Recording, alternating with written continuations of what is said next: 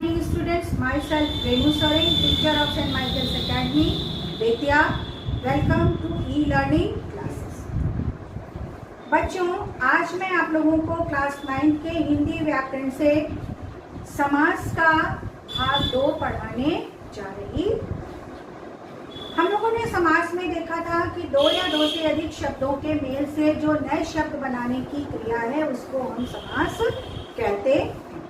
और इस विधि से बने शब्दों के को हम समस्त पद कहते हैं. जब समस्त पदों को वापस अलग अलग किया जाता है तो वह समास विग्रह कहलाता. आगे के समास में हम देखेंगे. चौथा समास है आपका बहुब्रीहि समास. बहुब्रीहि समास जहाँ पहला पद और दूसरा पद मिलकर किसी तीसरे पद की ओर संकेत करते हैं, वहाँ बहुब्रीहि समास होता.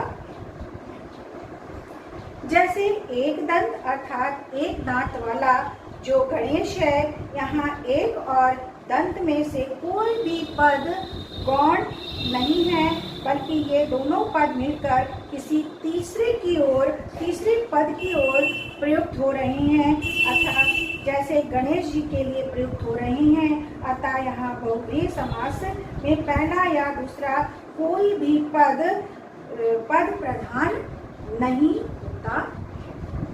जैसे गिरिधर समस्त पद हो जाएगा आपका गिरिधर, अर्थात गिरि को धारण करने वाला.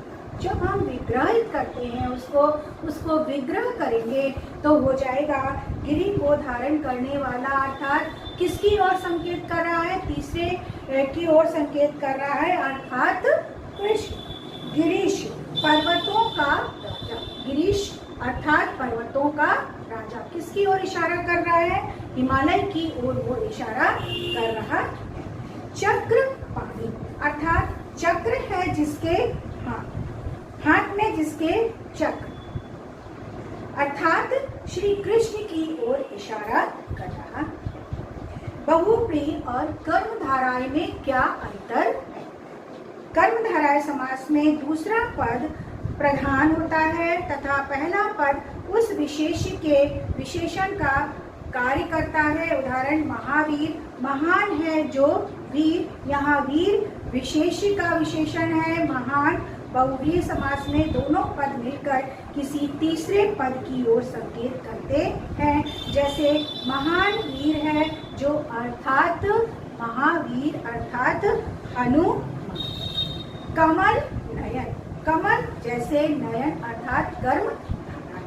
कमल जैसे नयनों वाला अर्थात कृष्ण, यहाँ पर हो जाएगा बहुब्रीहि. महात्मा, महान है जो आत्मा, महान है आत्मा जिसकी, वो हो जाएगा आपका बहु.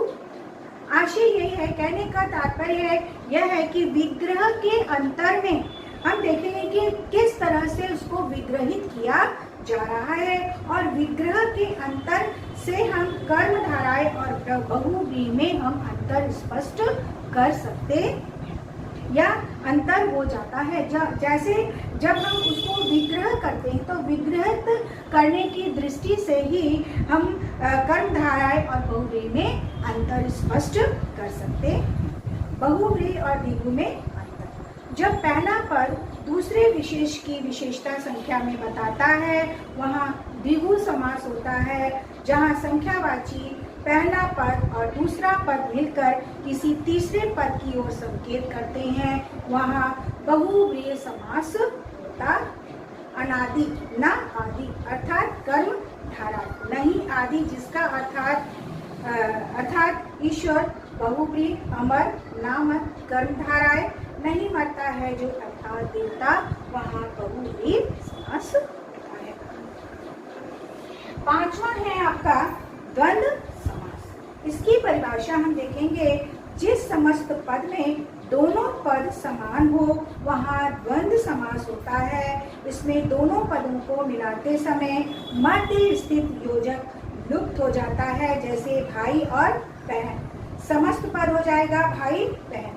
यहाँ दोनों पद समान हैं, समास करते समय मध्य स्थित और का लोप हो गया है. अन्य उदाहरण में अन्न जल, अन्न और जल. अपना पराया, अपना और पराया. ऊंच नीच, ऊंच नीच, ऊंच और नीच। छठा आ जाएगा बच्चों आपका अव्ययी भाव समास। छठा में आप देखेंगे अव्ययी भाव समास में हम देखेंगे जिस समास में पहला पद अव्यय हो उसे हम अव्ययी भाव समास कहते हैं। इसका पहला पद प्रधान होता। अव्ययी भाव की विशेषता है जिस समास में पहला पद अव्यय हो उसे हम अव्ययी भाव समास कहते हैं। इसका पहला पद प्रधान होता है और इस प्रक्रिया से बना समस्त पद भी अव्यय की भांति ही कार्य करता है। जैसे प्रतिदिन, प्रतिदिन यहाँ प्रति अव्यय है और प्रतिदिन समस्त पद भी अव्यय की भांति ही कार्य करता है। आजन, जैसे कि इसका समस्त पद हो जाएगा आजन, और जब हम इसको विग्रहित करेंगे तो जन्म से लेकर आजीवन अर्थात जीवन पर्यंत या जीवन भर।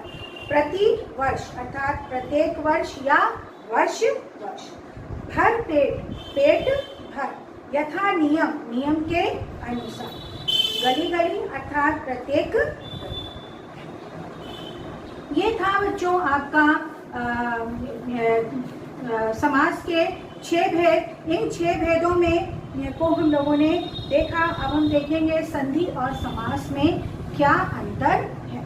संधि और समास में मुख्य रूप से अंतर यह है कि संधि जो है 2 वर्णों में होती है जबकि समास 2 या 2 से अधिक शब्दों में होता है। हम संधि में हम देखेंगे कैसे होती है बच्चों संधि। संधि और समास में मुख्य रूप से अंतर यही होता है कि संधि 2 वर्णों के बीच में होती है जबकि समास जो होता है वो 2 या 2 से अधिक पदों के मेल से होता है। संधिस्थ शब्दों को जोड़ने की क्रिया को हम विच्छेद कहते हैं। जब हम संधिस्थ शब्दों को तोड़ने की क्रिया को हम विच्छेद कहते हैं और समस्त पदों को तोड़ने की क्रिया को हम विग्रह कहते हैं। यही अंतर है संधि और समास में। जैसे कि हम विग्रहित करते हैं समस्त पदों को तोड़ने की क्रिया को हम विग्रह कहते हैं और संधि को तोड़ने की क्रिया को हम विच्छेद कहते हैं। और ये वर्णों के बीच में होता है और संधि 2 या 2 से अधिक पदों के बीच में होता है। बच्चों ये समास पाठ आपका